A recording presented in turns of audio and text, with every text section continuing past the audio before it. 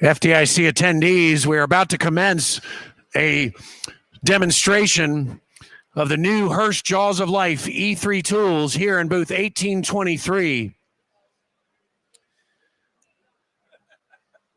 As we allow the guys a few minutes to talk through their plan, I'm going to make some introductions here. And first, I'd like to thank Ford Motor Company for loaning these trucks to us. Not sure why they want them back, but they are on loan.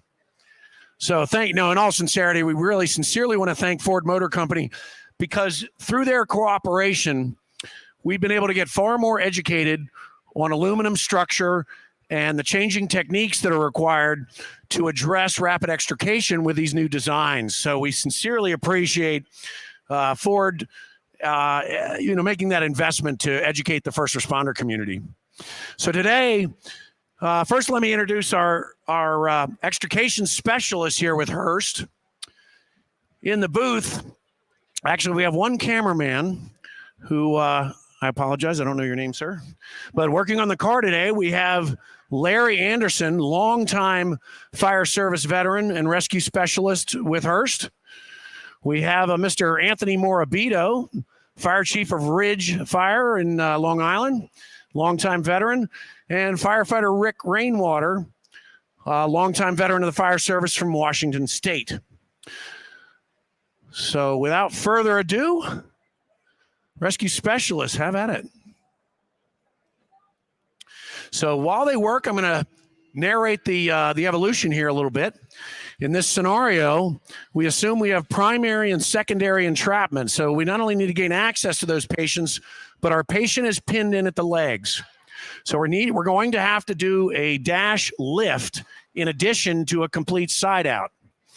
Now, as you see, Anthony starts with a vertical push to improve his gap to gain access to those hinges, while Rick had made an early relief cut in the front quarter panel. Now, later on, you're going to see we're going to have to remove that front quarter panel, and that initial cut's going to make that peel away a lot easier.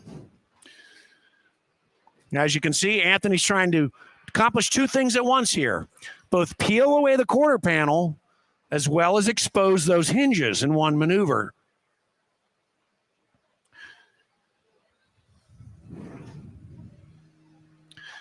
And as they continue to expose both the front quarter frame and the hinges, you'll see we can spread this door off or cut it off.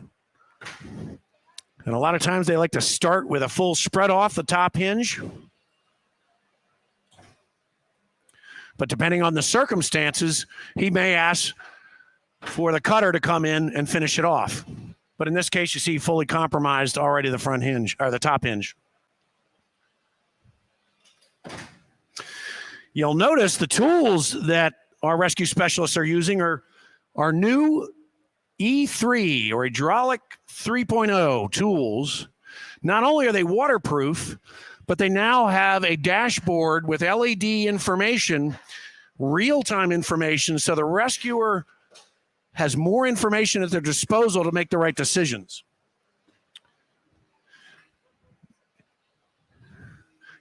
Now, as you can see, Rick has started a relief cut in the front frame. You'll notice its location is very intentional. And he made that cut forward of the strut tower. The dash lift would not work entirely correctly because it would not pivot in the correct place and may compromise the dash lift. So while Mr. Rainwater works on cutting those hinges for the side out, Anthony continues. Okay, Anthony's doing something I want you to pay attention, close attention to now. You notice how he's using that spreader to rip a central hole in the A-post. What we found with these aluminum structures is in some cases, the way aluminum comes apart, you can use a spreader to perform the function of a cutter. This allows your rescuer on the cutter to continue with other work, leading to an overall more rapid extrication. So as Anthony continues to peel that A with his 555 HURST spreader, this allows Rick to work on other things. Now he's given him a great entry point to sever that A, but not just the A, to get into that weld seam with a firewall. With new ultra-high strength steel being used in firewalls, it must be noticed that you really need to cut that weld seam that marries up your A and the firewall, because if you don't compromise it, it oftentimes won't rip and give you the lift you're looking for.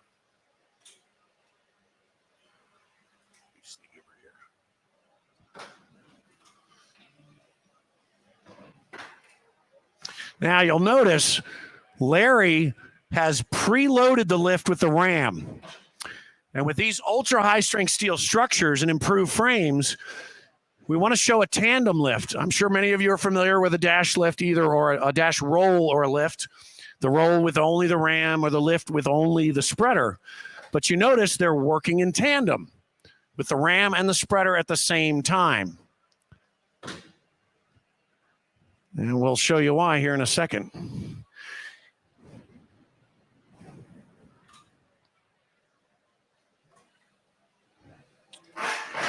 Now, as you'll notice, Anthony and Larry working together.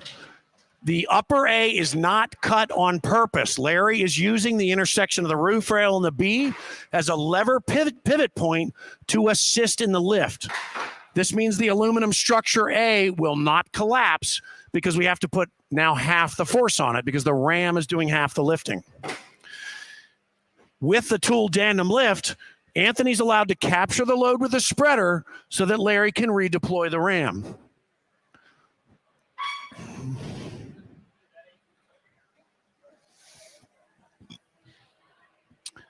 Now, with our box blade geometry, you'll notice Anthony approaching that B-post from 90 degrees. We don't have to go parallel to the rocker, because we have a very wide bite that can take that B-post from 90 degrees. We're all familiar with cutter swing. It really doesn't matter if you can approach that cut from 90 degrees. You have 90 degrees to swing in either direction.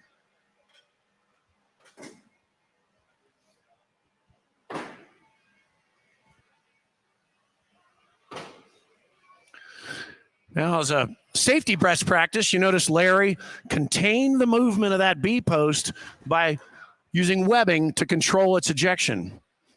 And you also notice they cut that B-post at the bottom first. This is critical.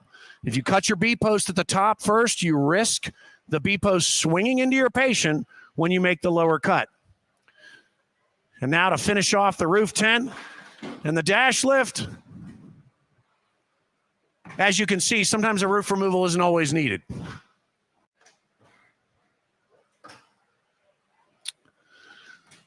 All right, about 6 minutes. Excellent job, gentlemen. Let's give a round of applause to our rescue specialists. To see these tools at your fire department, please call your local Jaws of Life dealer to schedule an in-person demo. Thank you.